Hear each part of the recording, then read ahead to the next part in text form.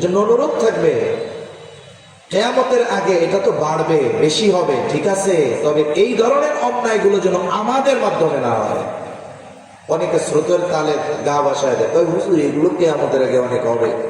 আরে ভাই, সবার দ্বারা হোক, আমার দ্বারা যেন এই ধরনের অন্যায় না হয়। এরপরে নবীজি সাল্লাল্লাহু আলাইহি ওয়াসাল্লাম বলেন, তোমরা দেখতে পাবা নগ্ন পদ বিশিষ্ট রাখালগুলো উঁচু উঁচু অট্টালিকা নির্মাণের প্রতিযোগিতায় লিপ্ত হবে। একজন মানুষ দরিদ্র অবস্থা থেকে অর্থনৈতিকভাবে স্বাবলম্বী হওয়া এটা মন্দ কোনো কিছু নয়, কিন্তু একজনের কোনো কিছু নাই, হঠাৎ করে 5 তলা 10 তলা বাড়ির মালিক, তার ইনকামের কোনো বৈধ সোর্স নাই, ব্যবসা বাণিজ্য নাই, কিচ্ছু নাই, হঠাৎ করে ঢাকা শহর 5 তলা বাড়ির মালিক, চট্টগ্রামে 5টা বাড়ির মালিক, কক্সবাজারে কয়েকটা রিসোর্টের মালিক, কিন্তু কেমন করে সম্পদ উপার্জন করলো কোনো অথেন্টিক সোর্স নাই। অথচ দেখা যায় কয়েক বছর আগে ওই লোকটার ঘরে খাবার খাওয়ার মতো চাউলও থাকতো না।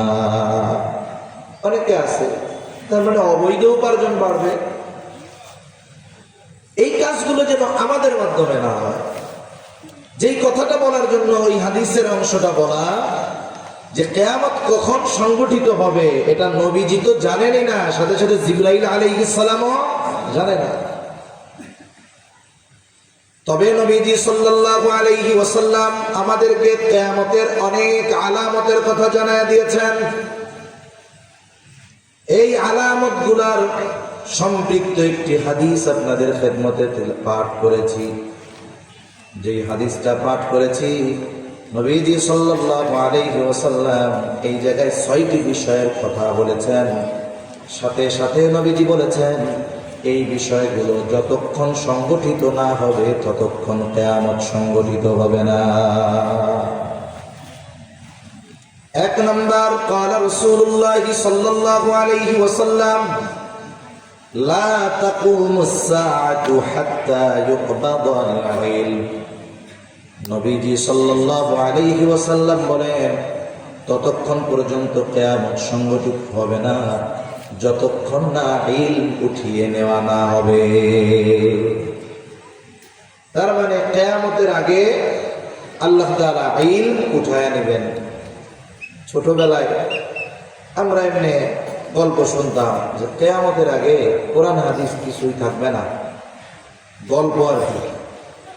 কেমনে থাকবে না? তখন মানুষেরা খুব চটকদার কথা বলবে। কি ঘটনা ঘটবে?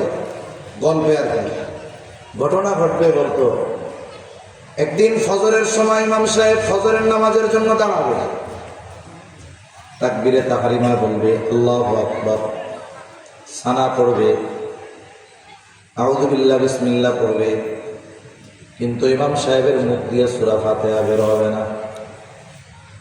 এখন ইমাম সাহেব যদি সূরা পড়তে না পারে, অথবা ভুলে যায়, অথবা ভুল যায়, পেছন থেকে মুক্তাদি বইলা যায়, ঠিক না? অবস্থা এমন, ইমামও পড়তে পারে না, মুক্তাদিও কিছু কইতে পারে না। গল্পে শুনতাম আর। এখন কি হবে? ইমাম সাহেব নামাজ ছেড়ে কোরআনুল কারীম নিবে হাতে, তাক থেকে কোরআন হাতে নিয়ে চিন্তা করবে, দেখি তো সূরা ফাতিহার শুরুতে কি আজকে ভুলে গেলাম কেন। এইবার কোরআন খুলবে, দেখবে কোরআনুল কারীমের মধ্যে কোনো লেখা নাই, কিচ্ছু নাই, সব লেখাগুলো উঠে গেছে, পাতাগুলো সাদা হয়ে গেছে। তার মানে কিয়ামতের আগে কোরআন হাদিসের লেখা আল্লাহ উঠায় নেবে। এই গল্প আমরা শুনতাম, কিন্তু কেমনে আল্লাহ ইলম উঠায় নেবে? নবীজি সাল্লাল্লাহু আলাইহি ওয়াসাল্লাম জানায় দেন, আল্লাহ তাআলা বান্দার অন্তর থেকে একত্রে ইলম উঠায় নেন না। তাহলে ইলম কিভাবে আল্লাহ উঠায় নেন? নবীজি বলেন, ওয়ালাকিন ইয়াকবিদুল ইলমা বিকবদিল উলামা। আল্লাহ তাআলা আলেমদেরকে উঠিয়ে নেওয়ার মাধ্যমে ইলম উঠায় নিয়ে যায়। সমকালীন কাছাকাছি সময়ে আমাদের